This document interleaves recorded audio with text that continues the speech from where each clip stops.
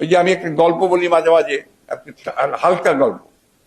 সেটা হচ্ছে যে আপনার যে এক লোক জীবন যুদ্ধে পরাজিত, সে আপনার আত্মহত্যা করে বলে সিদ্ধান্ত নিয়ে নদীর পাড়ে, উঁচু নদীর পাড়ে গেছে, ওখান থেকে ঝাঁপ দিয়ে খরস্রোতা নদী সে মারা যাবে ডিসাইড করছে, আত্মহত্যা করেছে। ছেলে বউ সবাই তার উপর বিরক্ত, সে কিছু করতে পারে না, আয় করতে পারে না, রোজগার করতে পারে না, খাওয়াতে পারে না। লাভ দিতে যাবে, ওই সময় আজরাইল থেকে টেনে ফেলছে, পিছন দিয়ে কলার টান করছে, যে কি করো তুমি?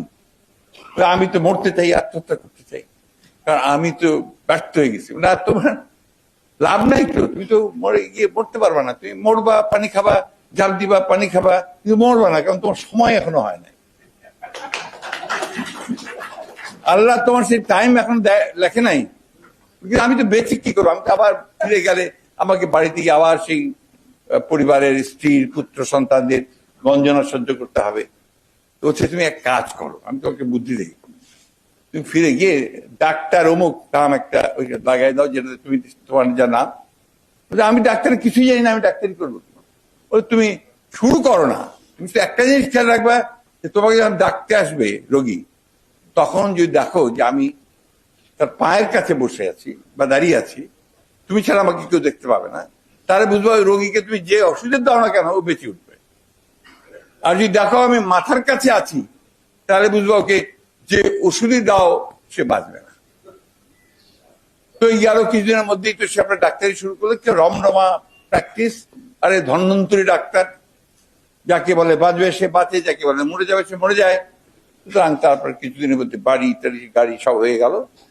এই 4-5 বছর পরে যখন আপনার একদিন এই বাসায় প্র্যাকটিস সেই বাসায় ফিরে এসছে, আপনার বিছানাতে আপনার খুব আরাম করে শুয়েছে, মাছের মুড়ো ঘন্ট দিয়ে ভাত টাত খেয়ে পাঞ্চি বুঝতে শুয়েছে। তারপরে তন্দ্রা আসছে, তন্দ্রার মধ্যে হঠাৎ দেখি যে মাথার কাছে আজরাইল।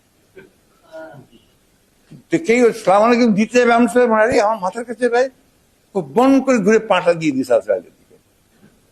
আবার যখন মুহূর্তের মধ্যে আবার দেখা যায় আবার মাথার কাছে, তো বন বন বন করে ঘুরতে শুরু করেছে।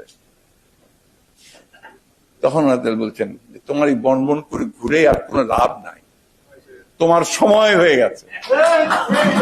এর অবস্থা তাই, সময় হয়ে গেছে। ঘোরাঘুরি অনেক করেছেন, বহু করেছেন, এখন দয়া করে ঘোরাঘুরি বন্ধ করে সঠিকভাবে যেন আপনার দাফন টাফনটা ঠিক মতো হয়, আপনি যেন মানুষ আপনাকে মনে রাখতে পারে, সেইভাবে কিছু চিন্তা ভাবনা করে আপনারা সিদ্ধান্ত নেন। আমরা মনে করি যে এই দেশকে বাঁচাতে হলে আজকে নতুন চিন্তা ভাবনা নিয়ে এগোতে হবে।